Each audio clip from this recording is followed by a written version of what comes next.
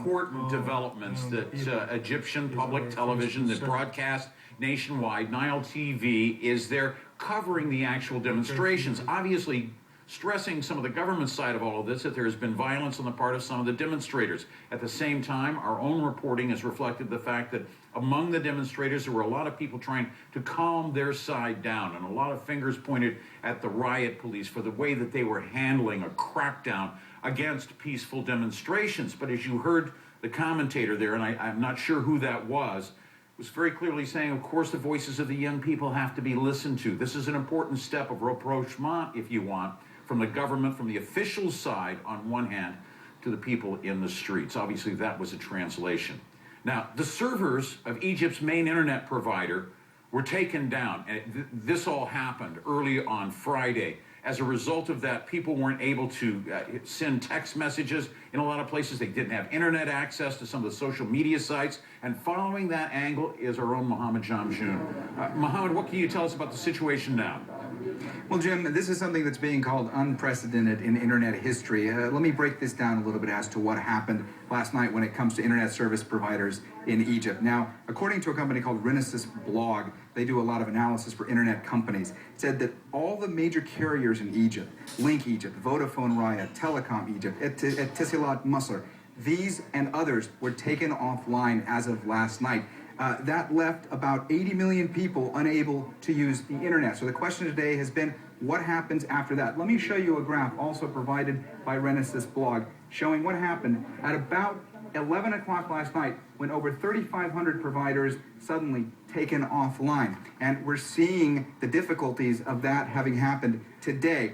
It's not just media that's having difficulty getting their reports out. It's also people who were blogging, who were tweeting, who were putting things on Facebook the past few days, the past couple of weeks. As we all know, this movement has really been fueled by online activism and by people using social media to get the message across, to get the demonstrators out into the street. Today, virtually quiet. A lot of the Facebook pages that have been so active in inviting people to participate in these demonstrations, they have gone quiet today. A lot of the people that have been actively tweeting the last few days, the last couple of weeks, completely gone quiet. So people are still trying to get the message out. They're trying to find alternative means to do that. There are ways that they're encouraging users within Egypt and in the region to do so. But really what we've seen today, a complete clampdown on the internet in Egypt.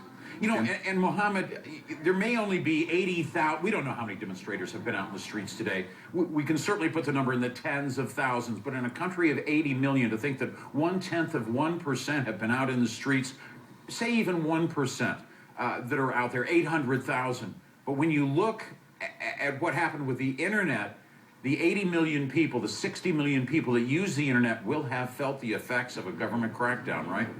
Oh, absolutely. Unlike anything else before, the fact that it's been completely shut down, this isn't like just some minor manipulation of the internet that's happened in other places in the region, some of the stuff that was going on in Tunisia, things that you'd seen going on in Iran when there were protests there. This is a complete crackdown, a complete shutdown. We've heard that echoed by Ben Wiedemann and Nick Robertson today. So you're not just seeing the anger of the people who are out there protesting, you're feeling the anger of people there who all of a sudden have no communication with the outside world. We can only imagine that will fuel a lot more anger directed at the government. How the government will respond to this, we've yet to see. Jim?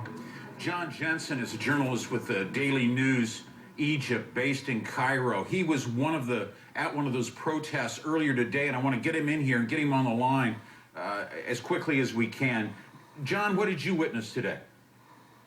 Jim, I was at a protest on the Giza side of Cairo, and what started as around 500 people throwing rocks at police cordons who were firing tear gas back at them quickly grew to numbers that our estimates are in the tens of thousands, maybe 15, 20,000. At one point, we looked down the streets at Kubri Galah, which is just west of the main square in Cairo, and we couldn't see anything but hordes of people peacefully chanting Mubarak, Mubarak, go to Saudi Arabia, echoing Ben Ali in Tunisia, who recently fled the country.